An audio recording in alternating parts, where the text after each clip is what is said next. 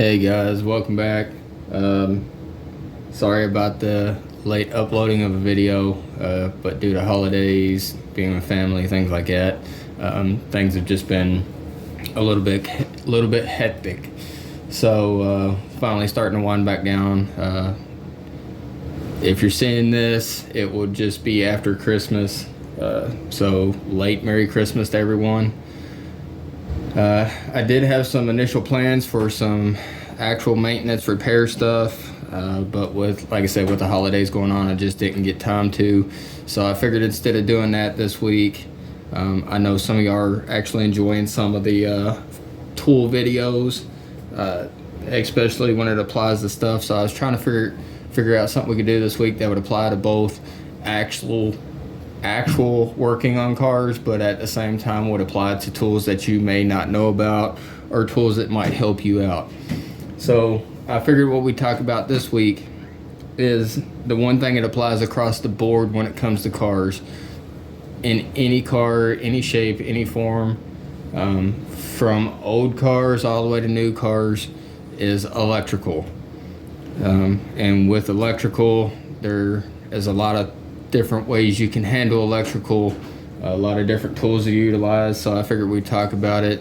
And this also kind of piggyback off the last video we did talking about multimeters. So I just happen to have this wire connector laying around.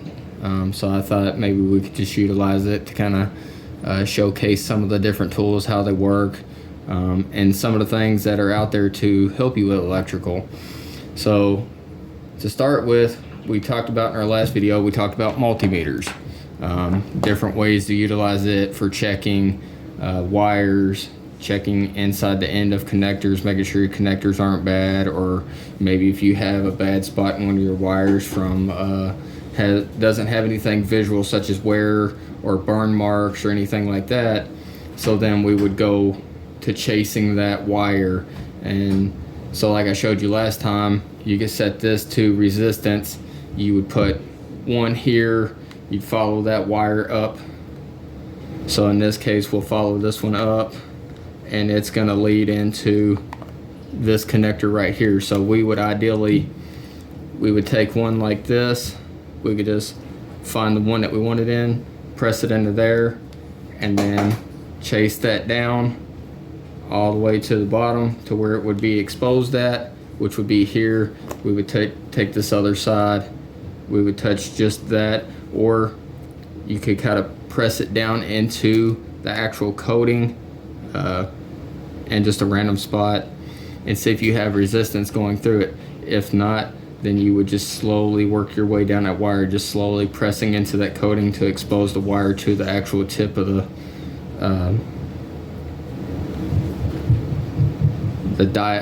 what do they call this? This right here. And you would just poke it down through there until you found where you start to get resistance, and then you would know somewhere between here to there. So if we didn't get anything all the way from the end of this wire, what we did up here, we would know from behind this to back is bad, so we could cut that out. Which leads me to my next thing. If you did have a circumstance like that, let me try to clean some of this up and get this out of the way. So let's say this is the wire right here that we're working with. Try to straighten that out a little bit. So out of this 4-wire connector, this is the wire we're working with. So we're gonna say that much of it is bad. We got power running through this end all the way up to connection point, but here to here, nothing, just dead. So you're going to want to get that out of there. So a couple of ways to handle that is you could do it, I don't really want to say the wrong way or the right way. So a couple of options, as long as there's no power going to, once you maybe disconnect it or you have it out of the vehicle like this, what have you, as long as there's no power going through this, you could just take maybe a knife and cut through that. It would definitely dull your knife. Or you could get something like this. This is kind of an electrical crimper, connector, stripper, cutter. So if you look right here, that's actually a cut point. So for this purpose, we'll just say that that's our bad part of our wire. So we're just gonna cut through that right there. Now we're down to what you would call clean copper. So then, okay, now we got the end of it cut. Now we need to figure out, you could do it the way your grandpa used to do it. You could pull out the old pocket knife and you could just kind of strip away at it this way. I've seen some people take and just hold the blade and rotate the wire. Sometimes that's kind of hard. Or you can get you a pair of these, and what you would do with this is you'll feed it in one way or the other into those top teeth like that. Get it about where you want it. So we'll say about that much, and then get it to about where, just about where you want it at. And you might have to try this a few times.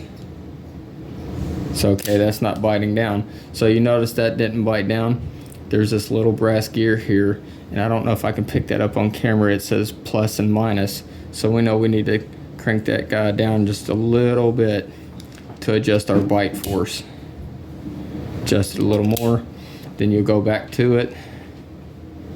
Figure about right there. And there we go. Now we've exposed our wire. And we didn't cut into the copper. We didn't damage that wire in any way, shape, or form. So now we can pull the end of that off. Now something else is cool. I'll use a different wire right here. You'll see this a lot in, say, audio systems such as stereo speakers, what have you. Say you want to tie something into this. Say you need to tie a different wire into this. You don't have to strip down here. I'm going to tighten this little gear down just a little bit more. Now let's say I want to add a wire to this. Say I want to add it about right there. Now we have some open wire and we still have all this. Now we can add a wire into this section right here and it'll be okay. And then we could, you know, add our wire in and go at it. So that's one cool, that's two different features of this particular tool. Is we have our stripper, we have our cutter. So now let's move on to another use for this tool. So I'm gonna go ahead, pull the end of this off that we exposed. So now it's fully exposed. So we're gonna take and twist that like that together where it's not all frayed. Kind of keep it together. Now say I had too much of that, not a problem. Just go back to your cutter, figure out about how much length you need. And you can play around with this. It's better to take too little than not enough. So now you can see right there, it stripped all of that off and it left us just a little bit exposed. So now you're like, okay, I've got the end of that exposed and I need to re-tap that in there. Well, you got a couple options actually. You could have left that long and you could have wired that into another piece of wire. So as an example, if we had not cut that and say we needed to lead that into that, we could have took it and just wrapped it around. I've seen people expose that wire a little bit more, separate that, and kind of feed this into it and then wrap it. There's so many different ways to do that. But yeah, but let's say we needed to add a connection point to that. Say we don't want to go the route of just wrapping the wires and what have you. Say we want to do it semi-correctly. This isn't the correct size, but you could get you one of these little crimp connectors, and what you would do is I don't know if you can see this or not. Let's see if we can get that on camera. You'll see here it's kind of clear. You can kind of see through it. Then you got this center here that has like a little bit of a lead or aluminum inside of it, and then more clear here. So what you would do is you would take this end of the wire, you would push it all the way in till it met inside of that right there. And if you look, I don't know if I can get that on there or not. Let's see. You might be able to see kind of right there is a little indentation. That's where the center point is. So you would feed this into that wire, which is, this one won't work because it's the wrong size. They make these in multiple sizes. But if this would quit tugging on that, let me see if I can get this a little bit better. There we go. So now you can see where there's copper through that clear point. Then you would know that, okay, I need to push this in a little further, or I need to trim it down so I can hide it. But for this case, I don't have the right size, so we won't worry about it. So let's say we have our wire pushed into this. Now we need to press this little aluminum or lead or whatever's inside of there down. If you have this, you'll see there's different little notches right there. You would take this, you would fit it into in between there. Say, maybe that's too small. Maybe that's too big. Maybe that one's way too small. So then you would kind of have to meet in the middle at this point. So we could go a little bit too big, and you would definitely hold it, or you can go a little bit small. And then once you got your wire in there and you're happy with it, put that about center of the one side and just press down till you can't press no more. Press. Now you'll see, let's see if I can get this pop up on camera a little bit better. You can kind of see, let's see if I have I'll use this case here. You can kind of see a little bit of a dent right there that it made in it. And you would want to make sure that that's nice and snug. So if that wasn't, then you'd want to go back behind it again and maybe step up to the next size. And just make sure you press it as tight as you can possibly get it. So then now you can really see there's a nice little dent there where it pressed it on both sides. Rounded here, nice dent right there. So then if this was on your wire, always go behind, don't just assume. So for this purpose, we'll pretend that that's our wire. Say we've already crimped it, we do that, we know it wasn't good enough. Now you need to throw this thing away and start over again. But for this purpose, if we crimped it, we tug on it, put a good amount of pressure on trying to separate it like this. If it's good, it's good. And then, so then at that point, you got this little right here. So we'll just pretend that this is on here, it's crimped right the way it needs to be. You'll see this little clear part that you can kind of see the black and the copper showing through. So once you've done that, that's actually a heat shrink. So you can take a little butane torch like this. You can take it and heat it. Don't get too close with it, don't get too carried away.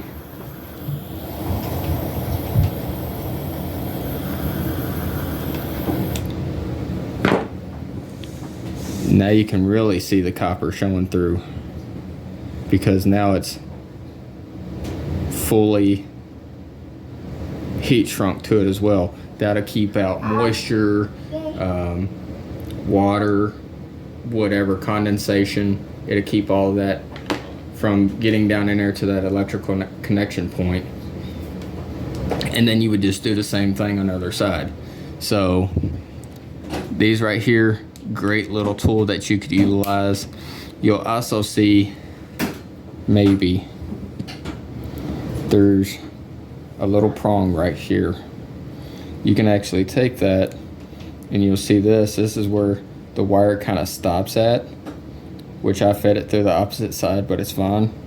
You could adjust this little notch out right here to adjust the angle of this, so that when you're actually biting down like this to strip stuff, it'll stop. It'll function as a stop, so that you're not doing like center of the wire.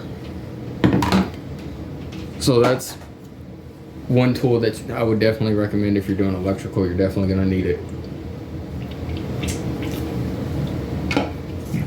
So say we don't have, say this isn't an option for you. Say you're just doing a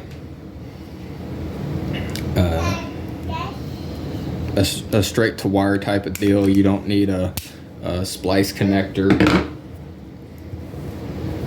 like this. Say you don't need a splice connector, which we just used. Okay. So I'm gonna pick a different wire because I never know when you need a good connector lying around. So I'm just gonna strip the end of this wire here. And I'm actually gonna do it correctly so you guys can actually see. So I just need the end of this off. So I'm gonna stop it right there. That's my stop. Now it stripped that little bit of an end for me. I'm gonna go a little bit more, go a little bit past it. There we go. Now we got a nice clean stripped wire. Didn't cut into it. Perfect. So now I'm gonna twist that up again. Another option you can do is there are what they're called female and male connection points. So like this, these are female connectors. They have an exact opposite.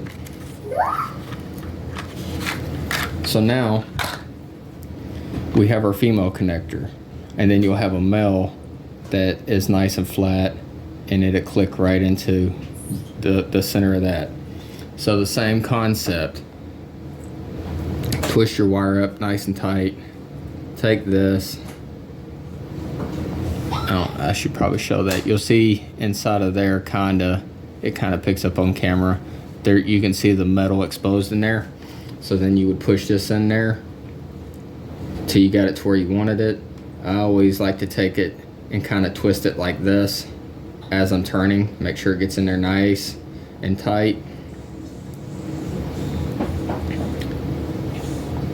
to where the coating on the wire kind of meets up with the metal of the connector. So we got that on there nice and tight. Once again, we'll go down here to our pinch points here, our little indent tool. I'm not sure what the name of these are called. So we found our right size. So we're gonna go about right there, middle of it, doesn't matter where, and just press as hard as you can press.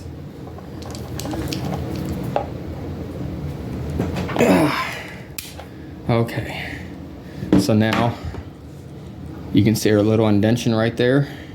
You can see where it kind of cupped it in there. So now I'm genuinely pulling on that.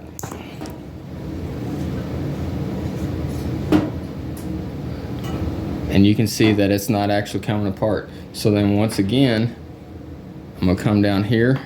I'm gonna take my torch. Same thing.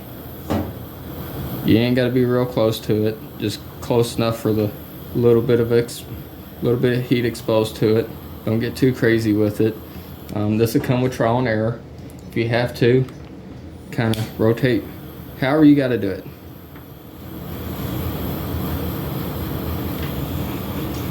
Okay, now we're nice and sealed, so we ain't gotta worry about moisture or anything coming in no more.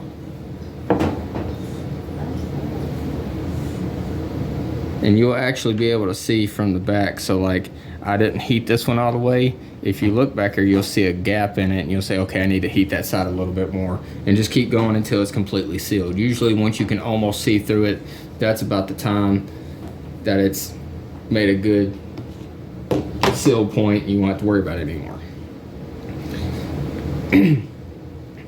So then, for demonstration purposes, let's say we're tracing our wire or whatever, or say we were trying to tap into this and we exposed this little bit of coating. Well, now we've made a mistake. We don't need to be here. We need to be further up the wire, like up here or way back here or something. So now you're like, oh man, what do? I've got an exposed wire. In desperation hour, And I'll be the first to admit that I've done this. I'm sure a lot of people have. You can just take electrical tape and wrap around it just so that you have that sealed off and it's not exposed anymore.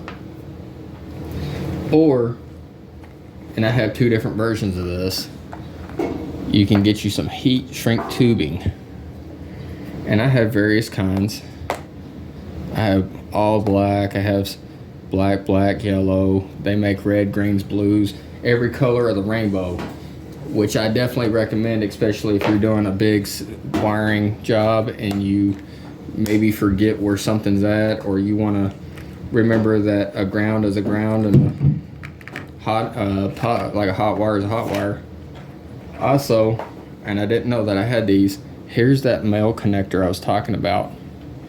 So there's our female, here's our male. So if these were both wired up and you were ready to join the connections together, you just take it, press it in like so, and then you'd have your other wire coming out of here and you'd have a full solid connection point.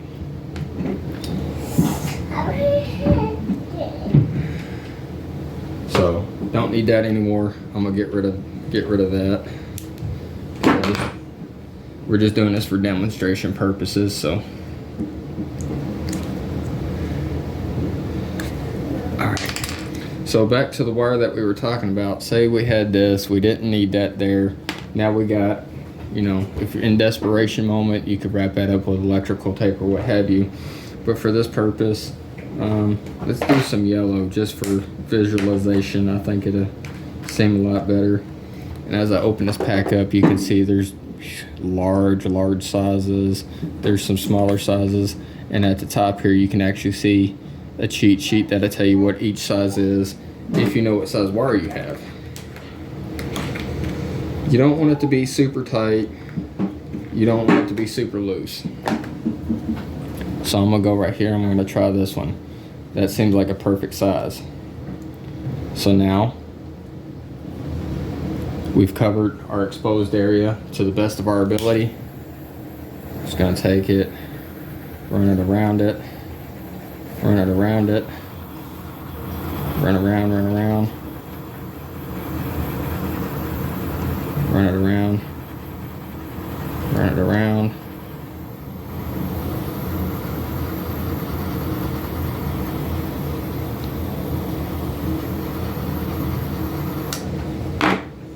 Now you can see the indent of where we had our mistake at, and it's fully sealed. So that's just as good as this coating here. This is thinner, but it's better than having electrical tape wrapped around that over time is going to start to unfray itself, where this can't.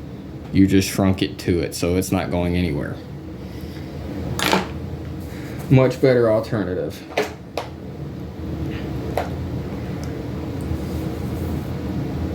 So now, something else we can do, we're gonna kind of mimic what we just heat shrunk there.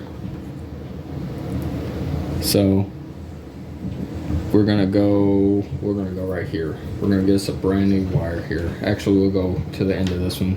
It's already damaged. I don't intend on using this for anything. This was just part of a job that I had left over that was not needed, so it's just been sitting in the car for a while. So we're gonna make this a new split on the end there, okay? You don't have to split this, but if you want to, I'm gonna show you a different type. Actually, you know what? I'm not even gonna use that. I'm gonna use an unexposed wire. Yeah. So this one, you can see fully unexposed except for the tip of it. So let's say you want to add a wire, but you don't really want to do any cutting or anything. So they have these type of connectors here. The name of them slipped my mind, but these come in various sizes, colors. So as you can see here, I have a blue, I have a red. I think these are 14 and 16 gauge. Okay, it actually says right here, this is a 22 to 18 on the red and 18 to 14 on the blue. And the way this works is, see if we can kind of see in there. Sorry about the lighting. The lighting sucks today. So closest to the tab here is where you would run your normal wire, being this wire. Then on this side, if you wanted to add a wire to it, you would add your new wire in there. So what I usually do is I'll take something and I'll kind of open that up just a little bit. So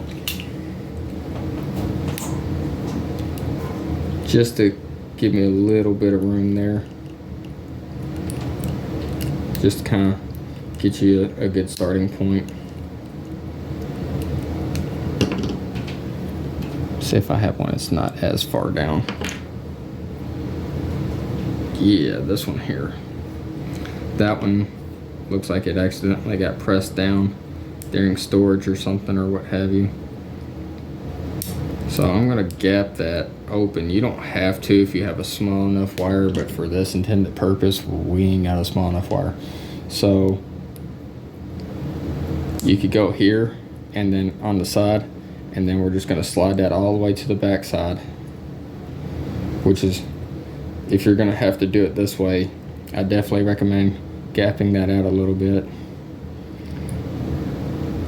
So I'm gonna try to push it in on this end. So actually, let me show you that. I don't know if you can see down in there. This side is exposed. This side on the main one has a stop, so you can only go so far.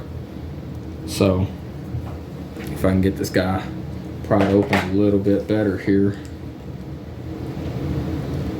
You don't have to pry it open, but I prefer to. I think it gives me a little bit of a better advantage to get something started so that you're not sitting there necessarily fighting it. And like I said, I'm probably using way too big of a wire right now. It's just what I had laying around.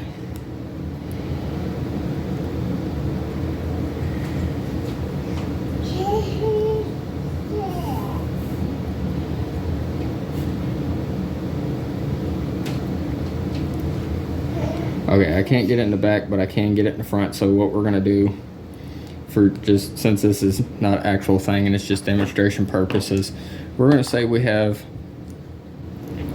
a wire sticking out one side. That would be your main wire, and we want to add this wire. So I'm gonna stick it in. You'll look at that, you'll see where the stop is. You need to push this through if you can to the opposite side. So now you've got two wires there. Now you can do this one or two ways. I have my way, other people have their way. You could take this little flap right here and you could squeeze and press down. But the goal is to get this little metal tab smashed down through the wires. And if you can kind of see, there's two notches. It's actually gonna go between those two notches, so it's not actually gonna cut through it. So I'm just gonna take these old pair of pliers I got laying around. I'm gonna find it and I'm gonna press it down. Just like that. So now, if you can see, if the stupid camera would pick up, you see a little bit of shiny through the actual wire. So now we know it's connected. Then we could take this, press it over, press one more time. And if it doesn't, that's okay. Because then we can go to the edge of the wire if you have access to it. Smash that down a little bit better. Take this, and now you're set. Now it's locked. So then you would have one wire coming through here, another one coming through here. And of course this would probably be longer and or shorter. If you had that, just try to get rid of it the best you can. So that's a couple of different connection points. Now another option that you have is if you don't want to use connectors like this, you don't want to use female connectors, you don't want to use male connectors, you don't want to use heat shrink, or you don't want to use electrical tape and do it the way Grandpa used to do back in the day when he would just twist a couple of wires together, run electrical tape around it, and call it a day. You want it to look a little better. You would then, which I don't have one here, or else I would show you guys. You'd get a soldering gun, or They even have them like this now, where it's basically like a soldering torch, and you would get some solder and you would heat up that solder, run it over the wire, and you would melt that solder over top of the two wire connections, and then take a piece of heat shrink, put over top of it, and you would have a super solid connection point.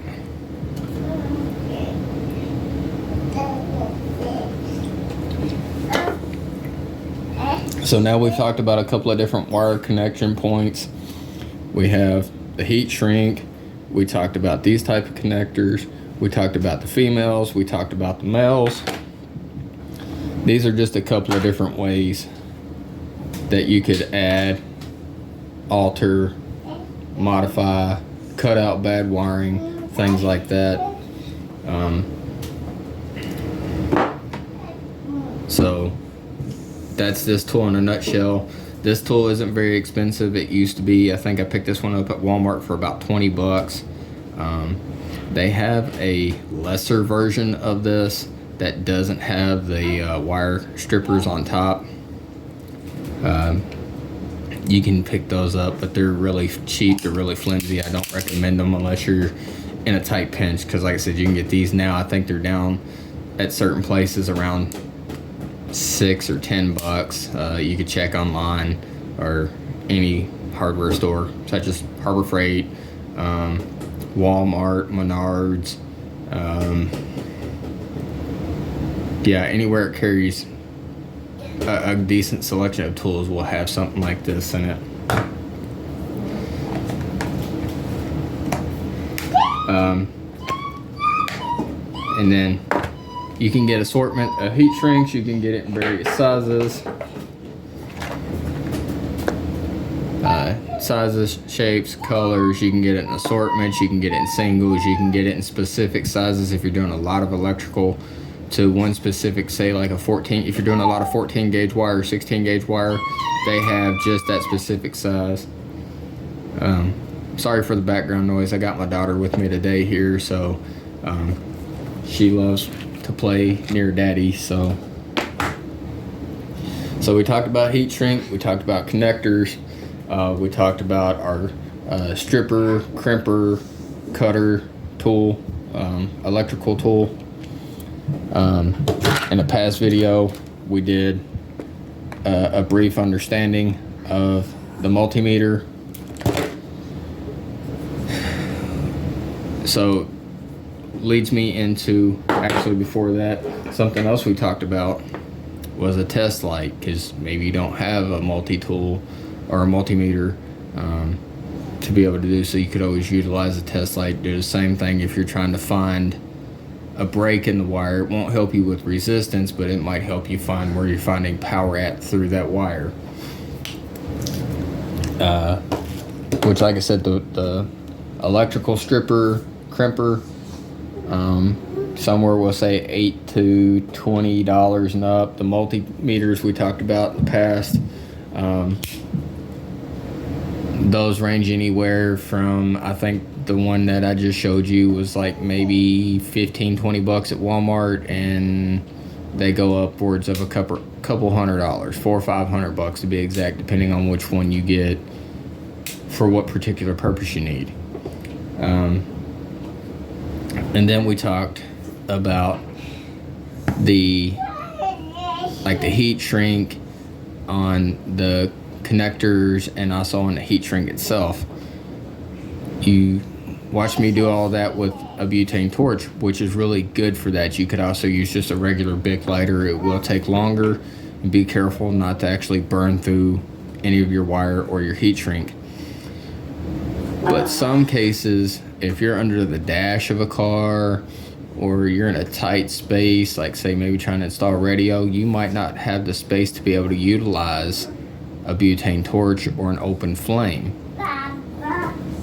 So if you have access to a power source, yeah, we hear you. This is the next thing. This is the next best thing that you could get if you can't utilize a butane torch or an actual open flame. And what this is, I'm gonna pick you guys up and just show you this. This is a heat gun. And And essentially what it does, if you don't know, it has a power button. It has, for this one, has 2 different settings. This one also has a variable temperature setting, so you can go from low temperature way up to high temperature or back down. Not all of them have that. Some of them just have a simple on-off switch like that, and it basically heats up, cools, kind of like a dryer, like a high performance dryer. And they'll come with different ends like this so that you can do various things. So if you were doing small wire like that, you would attach this to the end of the gun, hold your wire through the middle of that, and it would heat it up and shrink it. I've never used any of the attachments. I picked this one up at my local Menards. I think I paid right around, I got it on sale for I think 25, 30 bucks, something like that. That's a good alternative to a butane torch, especially if you're in a small setting and don't have a lot of space to utilize an open flame, or you can't work it on a bench and you have a power supply handy. This is a good solution for you.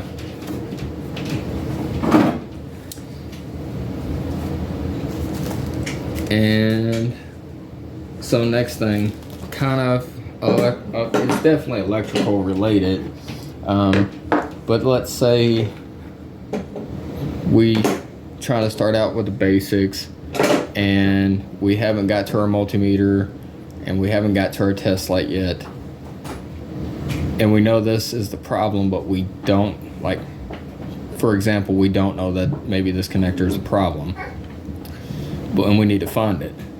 More than likely, whatever this would go to probably is connected to a fuse or something of that nature, or a relay.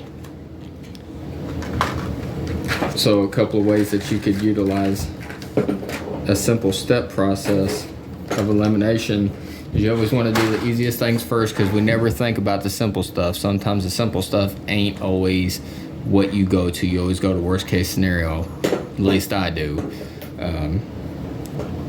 So if you want to check a fuse, you could always go back to the test light. Let's see.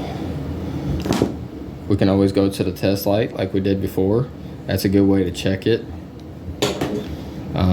I guess in a pinch, if you don't have this and you want to pull individual little deals, you probably have one of these that's factory to your car. You just stick a fuse in it. Actually, I have one right here.